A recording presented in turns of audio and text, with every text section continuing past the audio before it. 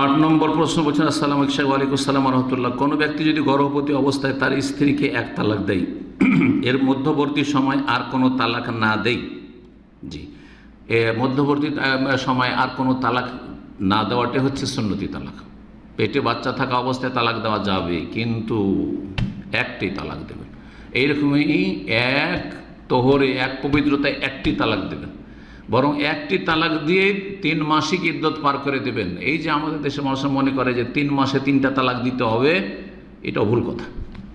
3 তালাক দিয়ে একবারই কেন, সব একবারে ফাইনাল করে দেবেন? একটা তালাক দিয়ে 3 মাসিক পার করলে ইদ্যত পার। একটা তালাক দেওয়ার পরে বাচ্চা প্রসব করলো, বাচ্চা ভূমিষ্ঠ হইল, যে গর্ভধারণ করেছিল, তাহলে তো ইদ্যত পার, তা আপনার বিচ্ছিন্ন হয়ে গেল, আর আপনার সাথে কোনো বৈবাহিক সম্পর্ক নেই, যথেষ্ট। এটি সুন্নতি তরিকা, কিন্তু সুন্নতি তরিকা আমাদের শুরু করে বুঝেই না, সব বেদাতি তালাক, সব বেদাতি তালাক। তো বলছেন যে এর মধ্যে আর তালাক দেয়নি, এটি হচ্ছে সুন্নাত। স্ত্রীর সাথে সম্পর্ক না রাখে, তাহলে সন্তান ভূমিষ্ঠ হওয়ার পর সেটা কি এক তালাক গণ্য হবে? হ্যাঁ, এক তালাকই গণ্য হবে, নাকি 3 তালাক? 3 তালাক না দিলে 3 তালাক গণ্য হয়নি। আর 3 তালাক এক মজলিসে 3 তালাক নয়, সেটা 3 বারে 3 তালাক হইতে হবে। জি, আর তালাক মাররাতান, 2 তালাক 2 বারে দিয়ে ফেরাতে পারবে, তারপরে 3 তালাক দিলে আর কোনোদিন ফেরাতে পারবে না, মাররাতান বলেছেন। সুতরাং একসাথে 3 তালাক দেওয়া এটা হারাম কাজ, কাবিরা গুনাহ। তারপরে বলছেন যে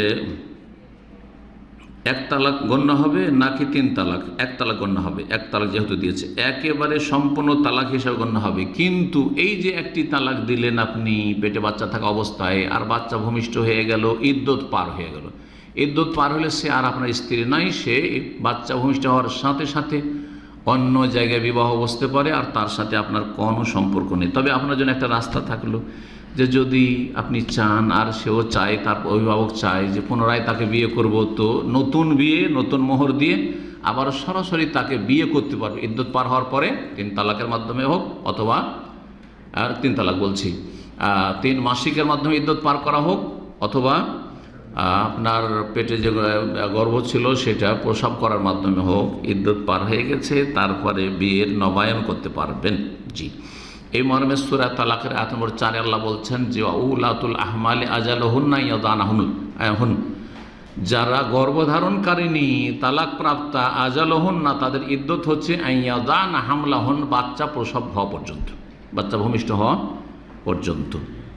যদি তালাক যেদিন দিলেন আর তারপরের দিনই বাচ্চা হয়ে গেল, তাহলে ইদ্যত শেষ। এটা অনেকে বুঝে না, কিন্তু ইদ্যত শেষ।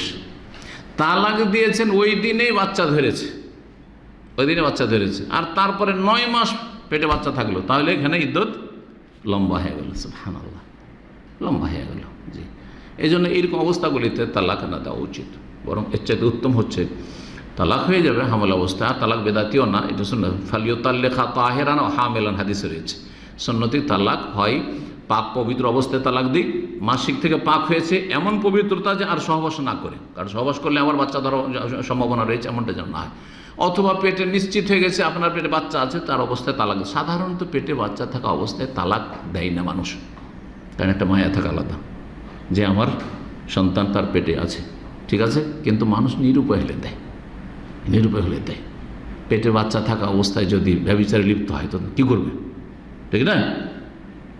পেটে বাচ্চা থাকা অবস্থায় যদি তার মাকে মেরে দিয়ে থাকে, হ্যাঁ, বাপের সাথে এরকম চরম বেয়াদবি, বাপকে মারতে উঠে গিয়ে থাকে, অথবা এই ধরনের চরম অপরাধ করে, অথবা বেনামাজি হয়ে গেছে, ইত্যাদি ইত্যাদি, মোরতাদ হয়ে গেছে, জি, ইত্যাদি।